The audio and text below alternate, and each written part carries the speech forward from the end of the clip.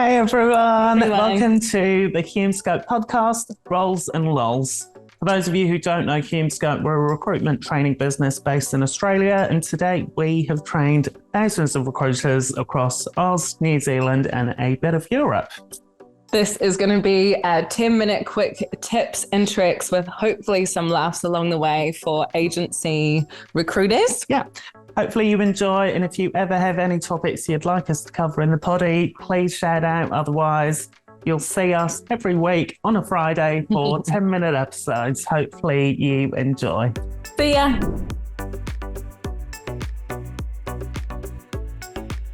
Welcome back to Roles and 2024. 2024.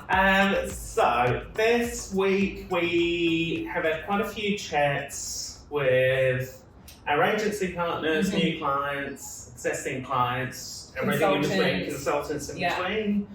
A lot of the conversations have revolved around it being a somewhat slower start than everyone was expecting. Now, we always know January is going to be somewhat quiet up until and after Australia Day.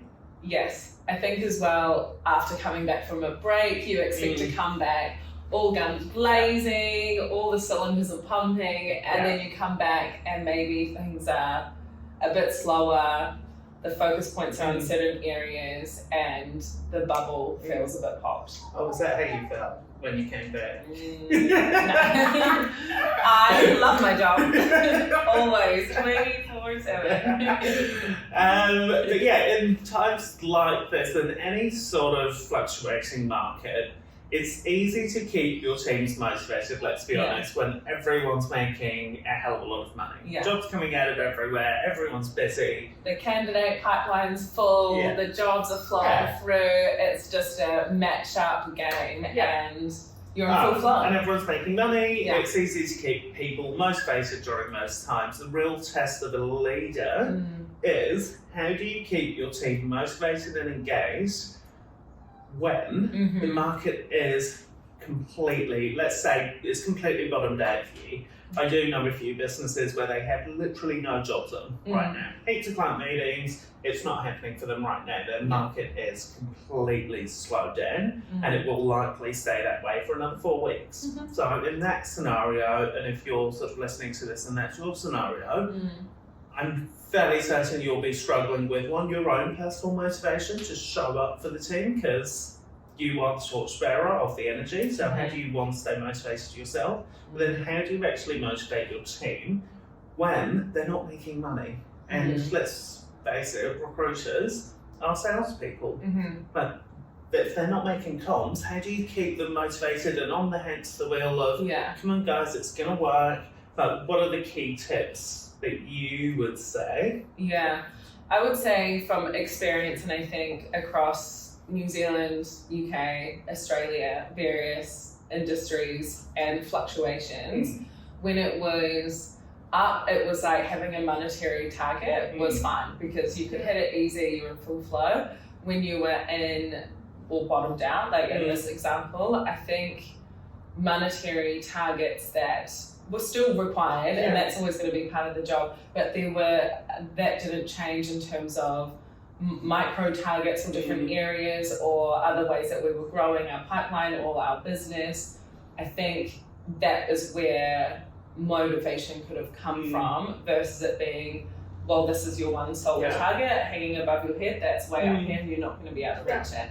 And so then motivation is so much lower than the target versus the variables of things that you could be hitting, whether it's day to day, week by week, quarter by quarter.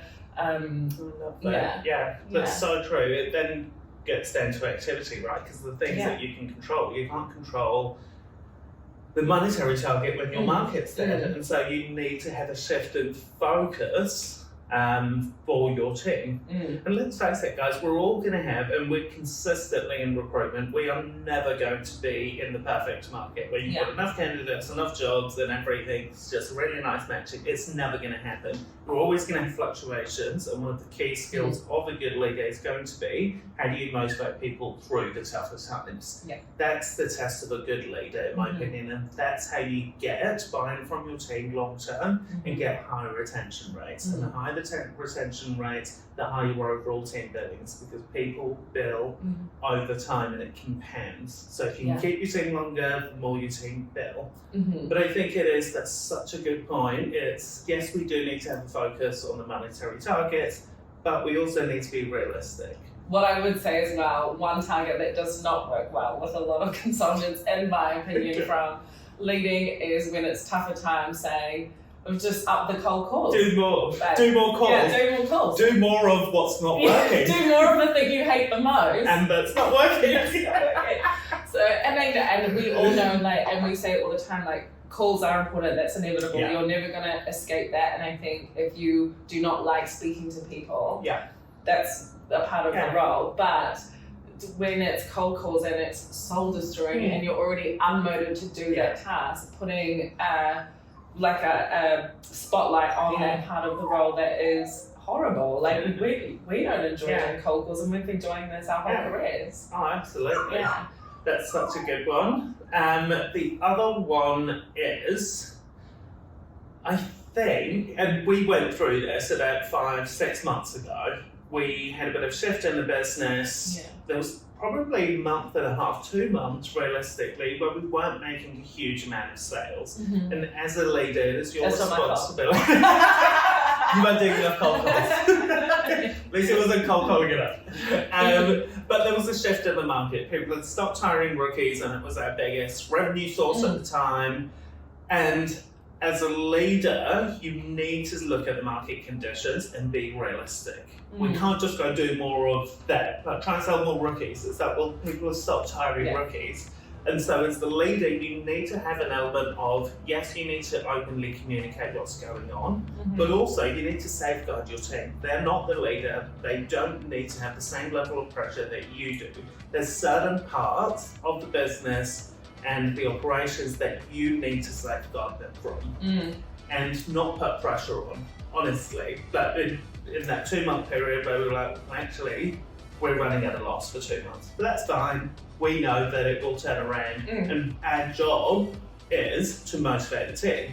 And so at that time, it was like, don't worry, we know we're not going to max out. So don't stress. We know you're going to be putting your own pressure on. We're not going to hit targets for the next few months. And it's fine, because it will be a big Jan Feb March. We know that's going to happen. So let's focus on these things. Let's revise courses. Let's put together and workshop new ideas. And that's what we focused on. We pivot.